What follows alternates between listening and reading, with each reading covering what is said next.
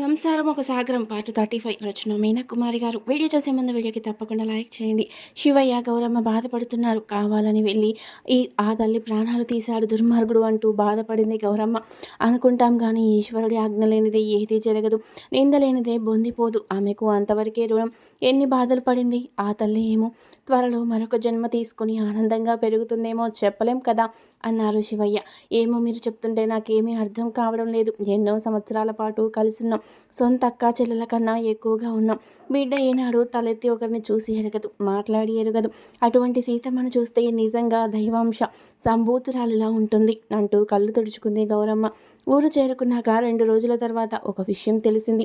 శ్మశానం పక్కనే ఉన్న చెరువు దగ్గరికి వెళ్ళాడు. అక్కడ కాంతారావు పిచ్చివాడిలా కూర్చునున్నాడు. ఒళ్ళంతా దెబ్బలు, తల మీద రక్తం ఎండిపోయి ఉంది. అలాగే చెరువులో నీళ్లు తాగి అక్కడున్న గట్టు మీద పడుకొని ఉన్నాడు. శివయ్య అక్కడికి వెళ్ళాడు. ఇలా జరిగింది అనగానే ఆ తల్లి భర్త కాబట్టి ఏమైంది చూడాలి అనిపించింది. అదే నీ గురించి అయితే ఇలా చేస్తే మనకెందుకు అనిపిస్తుంది అన్నాడు శివయ్య గంభీరంగా. కాంతారావు పెద్ద పెట్టున ఏడ్చాడు. సీతమ్మ సంతకాలు పెట్టిందనుకున్నాను, కానీ నా పేరు రాసి ఇచ్చింది. అక్కడితో ఆస్తి కదపడానికి కూడా అధికారం లేదట. అదీ కాక అవన్నీ తన కూతుళ్ళకే చెందాలి అని ఆ కాగితాల మీదే రాసి పెట్టిందంట. చదువు సంధ్యలు లేని వాళ్ళం కదా.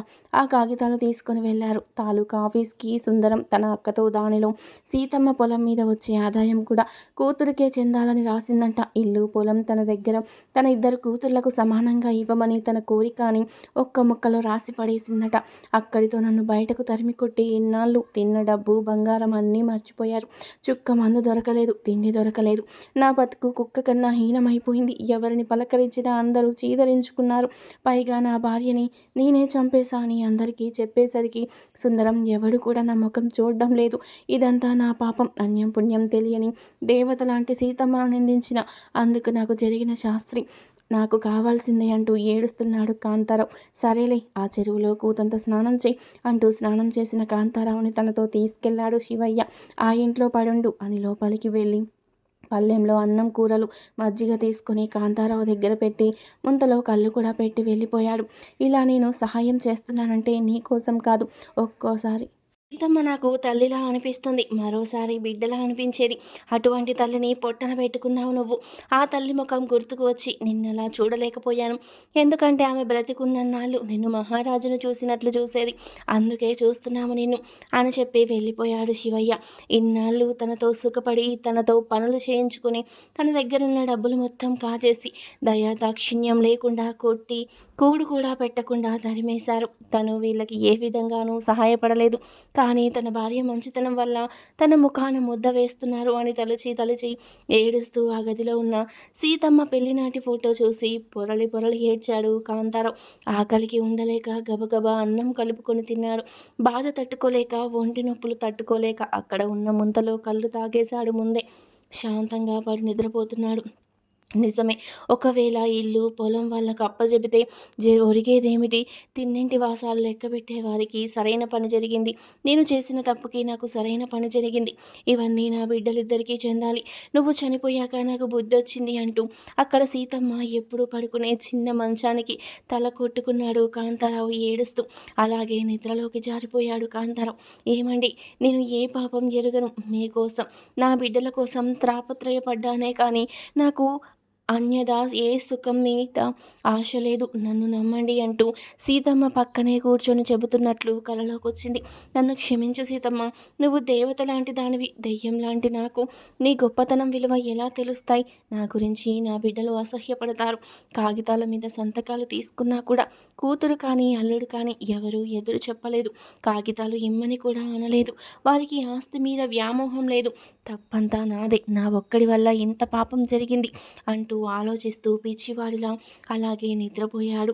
మరుసటి రోజు పొద్దున్నే లేచి ఇల్లు శుభ్రం చేసుకొని తలారా స్నానం చేసి అక్కడున్న దేవుడి పటాల దగ్గర దీపం వెలిగించుకొని ఇకంతా భగవంతుడి మార్గంలోకి వెళ్ళిపోతాను నా తల్లి కూడా దైవభక్తురాలు. చిన్నప్పటి నుంచి నాతో పూజలు చేయించేది. పాపిష్టివాడిని, వ్యసనాలకు లోనై ఇంత గతి పట్టాను. ఇప్పుడు నాకు భగవంతుడి ఆరాధనలోనే మీరందరూ నా దగ్గర ఉన్నట్లు భావించుకుంటాను సీతమ్మ. నిన్ను కూడా దేవతల నా మనసులో కొలుస్తాను అని చక్కగా పూజ చేసుకొని రాములవారి ఆలయం దగ్గరకు వెళ్ళి కూర్చున్నాడు. అక్కడ చెబుతున్న పురాణాల క్షేపం ని శ్రద్ధగా విన్నాడు. ఎప్పుడూ తాగుతూ తిరుగుతూ కనపడే కాంతారావుని అలా చూసి ఎవరూ ఏమీ మాట్లాడలేదు. గుడి ధర్మకర్త కూడా అతనిని ఏమీ అనకండి, ఆ తల్లి సీతమ్మ భర్త కదా, మనం ఆమెను తలుచుకొని అతన్ని ఏమీ అనకూడదు అని చెప్పారు. అలాగే రోజులు జరుగుతూ ఉన్నాయి. వీడియో చూసే ముందు వీడియోకి తప్పకుండా లైక్ చేయండి. జాహ్నవికి 9 నెలలు నిండిపోయాయి. 2 రోజులు గడవకగానే జాహ్నవికి నొప్పులు ప్రారంభమయ్యాయి. జాహ్నవి భారాన్ని చూడలేకపోతున్నాడు. ప్రతిరోజు అంత పెద్ద కడుపు వేసుకుని అంత చిన్న పిల్ల తిరుగుతూ ఉంటే ప్రాణం కొట్టుకుపోతూ ఉంది. సుగుణమ్మ గారికి, వరలక్ష్మి దంపతులకు, జగపతికి తన పిల్లల మనసుకు ఇబ్బంది ఉంటుంది అనిపించినా కూడా తమ్ముడు కోసం ఆ బాధ్యతను తీసుకోక తప్పలేదు వరలక్ష్మికి.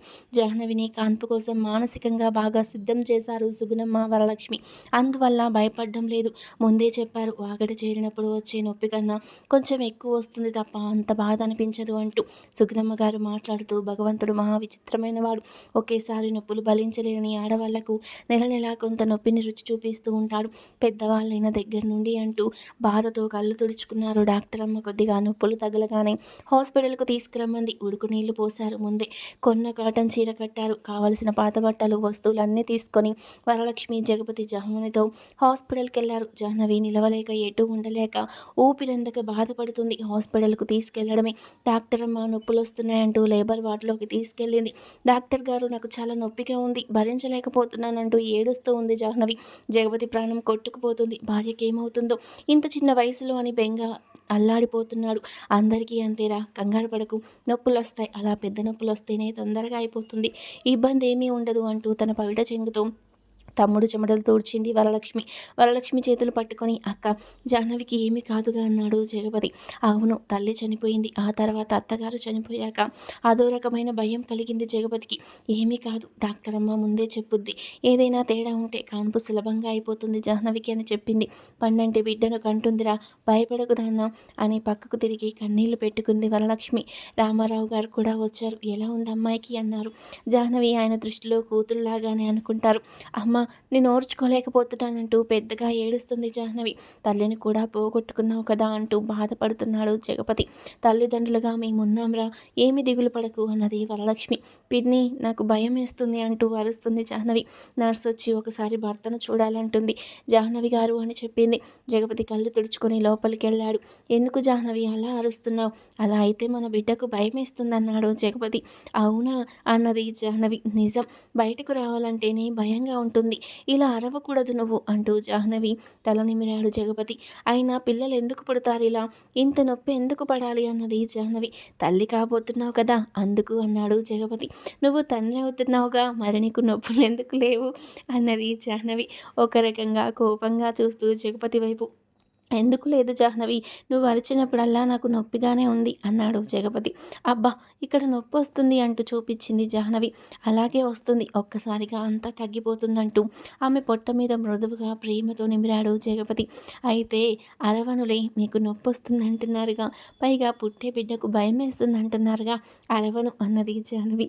జగపతి బయటకు వచ్చి కళ్ళు తుడుచుకుంటూ ఉన్నాడు. పాపం, చిన్నతనం, ఏమీ తెలియని వయసులో పెళ్ళి, పైగా బిడ్డను కూడా కంటున్న దీన పరిస్థితి అని బాధపడ్డాడు. నొప్పి వస్తున్నా కూడా పళ్ళ బిగునమ పెట్టుకొని అరవకుండా ఉన్న జాహ్నవి వైపు ఆశ్చర్యంగా చూసింది నర్సు. ఇంతలో డాక్టర్ అమ్మ వచ్చింది. కాన్పైపోతుంది, చెప్పినట్లు ఉండమ్మా అంటూ జాహ్నవిని సరిగ్గా పడుకోబెట్టి నడుం దగ్గర చిన్నగా ఒత్తిడి కలిగించింది. అంతే, బిడ్డ ప్రయాణం మొదలైంది. ఆ నొప్పి భరించలేకపోయినా అరవకుండా లోపలే బాధపడిపోతుంది జాహ్నవి. కాసేపట్లో అయిపోతుంది అంటూ డాక్టర్ అమ్మ నవ్వుతూ ఉంటే ఎందుకో మనసు ప్రశాంతంగా అనిపించింది జాహ్నవికి. ఒక క్షణం తల్లి కనిపించినట్లు అనిపించింది. అంతే, బాబు పుట్టాడు. నీరసంతో ఒక పక్కగా తిరిగింది జాహ్నవి. బాబు పుట్టాడు చూడు అంటూ చూపించింది నర్సు. అలాగే చూస్తూ కళ్ళు మూసుకుంటుంది జాహ్నవి. అబ్బాయి పుట్టాడని చెప్పి బిడ్డను శుభ్రం చేసి వరలక్ష్మి చేతిలో పెట్టింది నర్సు. జాహ్నవికి ఎలా ఉంది అని అడిగారు అందరూ. అంతా బాగానే ఉంది అని చెప్పింది సిస్టర్. ఆ బిడ్డను చూసి ఆశ్చర్యపోయారు వరలక్ష్మి, జగపతి. అచ్చం వీరలంకమ్మలా ఉన్నాడు. పైగా ఆమెలాగానే మెడ మీద పుట్టుమచ్చ కూడా ఉంది వాడికి. డాక్టరమ్మ జాహ్నవి పొట్టను పరీక్షిస్తూ ఉంది. మళ్ళీ బాగా నొప్పులొచ్చాయి జాహ్నవికి. ఈసారి పాపాయి పుట్టింది. తెల్లగా రత్నంలా మెరిసిపోతుంది. పాప కూడా పుట్టిందంటూ మళ్ళీ తీసుకొచ్చిన సిస్టర్ వైపు చూసి పాప అచ్చం సీతమ్మ గారిలా ఉంది అంటూ నవ్వుకున్నారు వరలక్ష్మి, జగపతి. ఎంతో సంతోషం కలిగింది అందరికీ. కాన్పైన తర్వాత అరగంటకి జాహ్నవికి బాగా కోలుకుంది. డాక్టరమ్మ ముందే పొట్ట భాగమంతా శుభ్రంగా నొక్కేసింది. మొత్తం పోయింది. కాస్త తేలిగ్గా హాయిగా ఊపిరి పీల్చుకుంది జాహ్నవి. పిల్లల్ని చూడాలని అన్నది జాహ్నవి. జగపతి బాబుని తీసుకుని లోనికెళ్ళాడు. నానమ్మలాగా నల్లటి రూపులో అందంగా ఉన్నాడు బాబు. అమ్మమ్మలాగా తెల్లటి రూపుతో అందంగా ఉంది పాపాయి. పిల్లలిద్దరినీ చూసి చాలా ముచ్చట పడిపోతూ నేను ఎత్తుకోలేను, నాకు రాదు అంటూ నవ్వుతూ భయపడుతుంది జాహ్నవి. వీళ్ళిద్దరూ లోపల ఎలా తిన్నారు ఆహారం అంటూ నవ్వుతూ ఉంది. బాబుకి పాలు పట్టించాలి, ఆ తర్వాత కాసేపు పాపకు పట్టించండి అని చెప్పి వెళ్ళింది నర్సు. ఎలా పట్టాలి, నాకు రాదు అన్నది జాహ్నవి. అందరూ హాయిగా ఆనందంగా నవ్వేశారు. జాహ్నవి పిల్లల వైపు చూసి ముచ్చట పడిపోతూ ఏంటి ఇంత అందంగా ఉన్నారు, అబ్బాయిలు చిన్నప్పుడు ఇలా ఉంటారా అంటూ నవ్వింది జాహ్నవి. ముందు జాహ్నవి మాటలకు అందరికీ నవ్వాగడం లేదు. వరలక్ష్మి గారికి ఎంతో ఆనందంగా ఉంది. అక్క తమ్ముడు ఇద్దరు ఆనందపడుతున్నారు. ఇద్దరూ బాగున్నారు. మా అమ్మ వచ్చేసింది వెనక్కి, అలాగే సీతమ్మ గారు కూడా వచ్చేసినట్లే.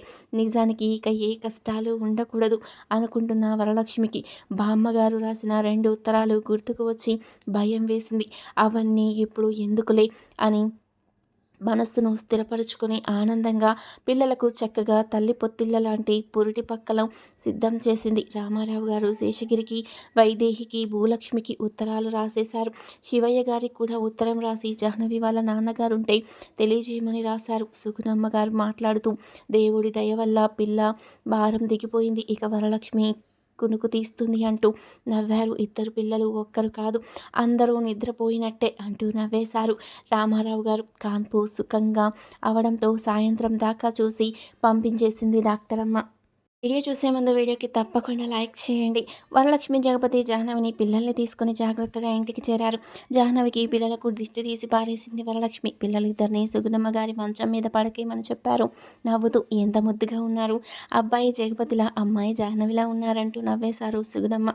అవును, జగపతి తల్లి పోలిక, జాహ్నవి తల్లి పోలిక, ఎలా అయినా ఒకటే అనుకున్నారు నవ్వుతూ. చిన్ని బుజ్జి ఇద్దరు పిల్లల దగ్గరకు వచ్చి ఆనందపడిపోయారు. కుక్క పిల్ల వచ్చి జాహ్నవిని చూసి తోక ఊపుకుంటూ డాన్స్ లేసి మళ్ళీ జగపతి అంటే భయం దానికి. ఎంత చిన్నగా ఉన్నారమ్మా అంటూ తెగ నవ్వుతున్నారు పిల్లలిద్దరు. జగపతికి ఎంతో సంతోషంగా ఉంది. అన్నయ్య వదిన వాళ్ళు వస్తే బాగుండు, భూలక్ష్మి కూడా వస్తే ఇంకా బాగుంటుంది అనుకున్నాడు. ఇంతలో ఇంటి ముందు శబ్దం వచ్చింది. ఎవరో ఏడుస్తున్నట్లు ఆశ్చర్యంగా చూసింది వరలక్ష్మి. బయటకు వచ్చి బయట కూర్చున్న సాయమ్మను చూసి ఒక్కసారిగా భయపడిపోయింది వరలక్ష్మి. ఏమిటి ఇలా ఉంది అని ఆమెకు అర్థం కాలేదు. అసలు మాయదారి కొంపకు రాకూడదని అనుకున్నాను, కానీ ఏం చెప్తావు, ఆ భగవంతుడు నా నుదుటిన ఇలా రాశాడు, ఎందుకలా తెల్లముఖం వేసుకొని నిలబడతావంటూ ఒక్క కేక వేసింది సాయమ్మ. సుగుణమ్మ గారు, రామారావు బయటకొచ్చారు. సాయి అన్నారు సుగుణమ్మ గారు. పర్వాలేదు, కూతురు బతుకుందని గుర్తుందా, నా మగుడు పోయాడని ఉత్తరం రాస్తే ఒక్కరు రాలేదు, చివరకు ఏ దిక్కు లేక ఇల్లు చేరాను అంటూ బోరున ఏడ్చేసింది సాయమ్మ. వరలక్ష్మికి మనసులో చాలా చిరాకుగా, బాధగా, భయంగా ఉంది. ఆడపడుచు రామారావు కన్నా 4 ఏళ్ళు పెద్దది. ఎప్పుడొచ్చినా ఏదో ఒక గొడవ పెట్టుకొని ఇంటిని నరకం చేసి పెడుతుంది. తల్లి గుణాలు ఒక్కటి రాలేదు, బొట్టు కూడా లేదు, భర్త పోయినట్లున్నారు, పిల్లలు లేరు, ఇక ఈమె ఇక్కడే కదా అని భయపడి గుండెల మీద చెయ్యి వేసుకుంది వరలక్ష్మి. రామారావుకి చాలా చిరాకేసింది. ఉత్తరం వస్తే ఎందుకు రామక్క అలా సూటిపోటి మాటలు ఎందుకన్నారు రామారావు. జగపతి జాహ్నవి పిల్లలతో లోపల గదిలో ఉన్నారు. తలుపులేసున్నాయి. చంటి పిల్లల కేరింతలు, చిన్ని బుజ్జి అల్లర్లు, చింటి అరుపులు. అందుకే సాయమ్మ కేకలు వారి దాకా వెళ్ళలేదు. ఉత్తరం ఎందుకు రాదు, నీ పెళ్ళాం చూసి గుట్టుగా చింపి పారేసుకుంటుందంటూ నోటికొచ్చినట్లు తిడుతూ ఉంది సాయమ్మ. సుగుణమ్మ గారు మాట్లాడుతూ అలా మాట్లాడకు, అలా ఎందుకు చేస్తుందో వరలక్ష్మి అన్నారు నెమ్మదిగా. అవును, తలచెడి వచ్చాను కదూ, ఎన్నైనా అంటారు, ఇక ఎక్కడికి పోను కదా, ఇక్కడే పడి ఉండాలి పని మనిషిలాగా. నా బతికెలా ఉంటుందో ఇకపై, భగవంతుడు నాకు పిల్ల పాప లేకుండా చేశాడు అంటూ అనవలసిన మాటలన్నీ అంటూ శాపనార్థాలు పెడుతూ ఏడుస్తుంది. ఇంతలో పోస్ట్ మ్యాన్ వచ్చి ఉత్తరాలు ఇచ్చాడు. ఒకటి శేషగిరి వాళ్ళ దగ్గర నుండి, రెండవది శివయ్య గారు రాయించారు, మూడో ఉత్తరం సాయమ్మ వాళ్ళ బంధువులు రాశారు. ఇదిగో చూడు అక్క, ఇప్పుడొచ్చింది ఉత్తరం, ఆ కష్టంలో రాకుండా ఎలా ఉంటామన్నాడు రామారావు బాధగా. పోస్ట్ మ్యాన్ వచ్చినప్పుడు తీసుకుపోమ్మని ఉంటుంది నీ పిల్ల, మామూలు ఆడది కాదు కదా అంటూ కాళ్ళు కడుక్కొని అలాగే లోపలికొచ్చేసింది. అటువంటి పరిస్థితుల్లో కార్యక్రమాలు అయిపోవడమే వచ్చేసింది. ఏమిటో ఇకపై అంతా భగవంతుడు చూడాలనుకుంది వరలక్ష్మి. నేను ఆ గదిలో వేసుకుంటాను మంచం, కాస్త టిఫిన్ పెట్టమ్మా, ఆడుకునే వాళ్ళలాగా కాకుండా వేడి వేడి అన్నం పెట్టు అంటూ తలుపుని ఒక్క తన్ను తన్నింది. లోపల పిల్లలు బెదిరిపోయి ఏడ్చేశారు. జాహ్నవి భయంగా చూసింది. జాహ్నవిని, జగపతిని, చంటి పిల్లల్ని, చిన్ని బుజ్జిని, కుక్క పిల్లల్ని అందరినీ తన కోపం కళ్ళతో చూసింది సాయమ్మ. ఎవరు అంటూ భయంగా చూసింది జాహ్నవి. ఏమిటిదంతా బందులు లాగా ఉంది, ఎవరిల్లంతా అంటూ పెద్దగా అరిచింది సాయమ్మ. అది కాదు సాయి, వరలక్ష్మి తమ్ముడు, జగపతి వాళ్ళ భార్య పిల్లలు అని చెప్పింది సుగుణమ్మ. సాయమ్మ కరికాలి మంట నడినెత్తికెక్కింది. అయితే ఎందుకు, ఆ బయటపడుంటాలే, మీకెందుకు అందరికీ శ్రమ అంటూ బయటకెళ్ళింది సాయమ్మ. జగపతి బయటకొచ్చి ఎవరక్క అని అడిగితే వరలక్ష్మి చాలా చిన్నగా చెప్పింది. మరేం పర్వాలేదక్క, మేము హాల్లో పడుకుంటామని అందరూ బయటకొచ్చేశారు. బాలింతరాలకి చలిగాలి తగులుతుంది, ఎలారా అన్నది వరలక్ష్మి బాధగా. ఏమైందక్క, కావాలంటే ఇంటికి వెళ్ళిపోతాం, అక్కడంతా సౌకర్యంగానే ఉంటుంది కదా, ఈ విషయానికి బాధపడకక్క అన్నాడు జగపతి. వరలక్ష్మి చూసి ఎన్నో మంచి విషయాలు నేర్చుకున్నాడు జగపతి. సాయం చేసే గుణం, మంచి మనసు, కొంచెం కూడా కటుత్వం లేని మాటలు, ఎప్పుడూ చిరునవ్వు చిందిస్తూ ఉన్న ముఖం, అదే అక్క రూపం అని వరలక్ష్మి వైపు చూసి బాధపడకక్క అన్నాడు చిన్నగా జగపతి. సుగుణమ్మ గారు ఎదురు హాల్లో జాహ్నవికి పక్క ఏర్పాటు చేశారు. చంటి బిడ్డల్ని కూడా చేర్చారు. ఏమి సంత, కంపు కొట్టే పోతుంది ఇల్లు, ఛీ అని తిట్టుకుంటూ సాయమ్మ. ఎవరు అన్నది జాహ్నవి.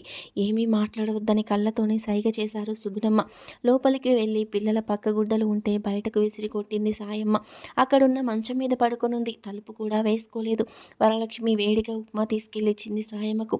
ఏమిటి వండడం అంటూ తిట్టుకుంటూనే తింటూ ఉంది సాయమ్మ. ఆత్రంగా అందరికీ అన్ని పనులు చూస్తూ ఉంది వరలక్ష్మి. పిల్లలు రామారావు గారు కూడా సహాయం చేస్తున్నారు. జగపతి బయటికెళ్ళి ఇంట్లో కావాల్సిన సరుకులు తీసుకొచ్చాడు. అయినా నీకు బుద్ధి లేదు, కోడలు తమ్ముడు పెళ్ళానికి ఇక్కడ కాన్పు చేస్తారా, ఒక పద్ధతి సాంప్రదాయం ఏమీ లేదా, ఏమైంది, దాని తల్లిదండ్రులు చచ్చారా అన్నది సాయమ్మ కోపంగా. ఆ మాటలు విన్న జాహ్నవికి తల్లి గుర్తుకొచ్చి ఏడుపు వచ్చింది. తండ్రి గుర్తుకొచ్చి మరింత బాధేసింది. అత్తమ్మ, అక్క వాళ్ళ అమ్మ చచ్చిపోయింది నిజంగానే అని చెప్పింది బుజ్జి.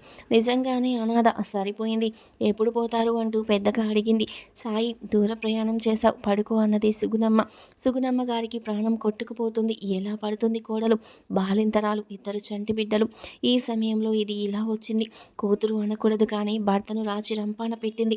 బిడ్డ లేకపోయినా కూడా పిల్లలంటే గిట్టదు అనుకొని, సందర్భంలో అనుకొని ఈ గోలేమిటో అనుకుంది సుగుణమ్మ. అల్లుడు గారు ఎలా కాలం చేశారు అన్నది సుగుణమ్మ. బతికుండి ఏం ఉద్ధరించాడు, పిల్ల పాప ఏమీ లేదు, ఆస్తి లేదు, ఉన్న డబ్బు మొత్తం వాడి రోగానికి పోయింది, నాకు కూడా రూపాయి లేకుండా చేసిపోయాడు, మెడలో ఉన్న నగలేవి అన్నారు సుగుణమ్మ. అవన్నీ అమ్ముకు చచ్చాడు అన్నది కోపంగా సాయమ్మ.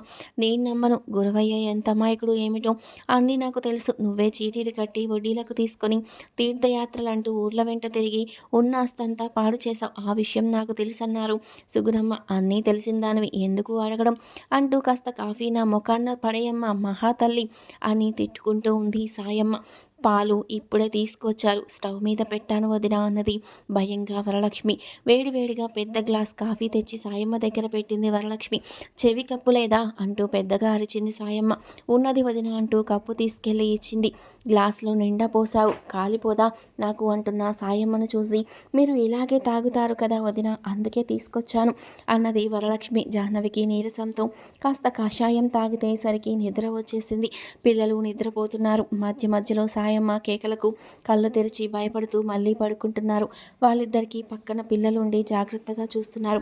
జగపతి కొట్టుకు వెళ్ళిపోయాడు. రామారావు గారు వచ్చిన 2 ఉత్తరాల గురించి చెప్పి తర్వాత చదువుతాలే అన్నారు చిన్నగా భార్యతో. ఇంతలో చిన్నబాబు నిద్రలేచి ఏడుస్తున్నాడు. సాయం ఒక్క కేక పెట్టింది. హాయిగా నిద్రపోతుంటే దిక్కుమాలిన కూలేంటి, ఎన్నాళ్ళు తిష్ట వేస్తారు ఇక్కడ అంటూ చిరాకు పడింది. అప్పుడే నిద్రలేచిన జాహ్నవి మత్తుగా కళ్ళు మూసుకొని పోతూ ఉంటే అలాగే చూస్తూ ఉంది అయోమయంగా. పడుకో అంటూ ఒక సైగ చేశారు సుగుణమ్మ. బాబుకి పాలు పట్టిస్తున్నది జాహ్నవి. వీడు ఇందాకడ తాగాడు, పాప తాగలేదు పిన్ని అన్నది జాహ్నవి. అది కాదులేమ్మా, వాడికి ఆకలి ఎక్కువ వేస్తుంది, మస్ట్ కూర్చున్నాడు కదూ అందుకు అన్నది వరలక్ష్మి. సరే అయితే అంటూ బిడ్డకు పాలిచ్చి బాబుని వరలక్ష్మి చేతిలో పెట్టి పడుకుండిపోయింది జాహ్నవి. బాబుని చిన్నగా పడుకోబెట్టి జోకొట్టింది వరలక్ష్మి. తర్వాత ఏం జరిగింది నెక్స్ట్ పార్ట్లో తెలుసుకుందాం.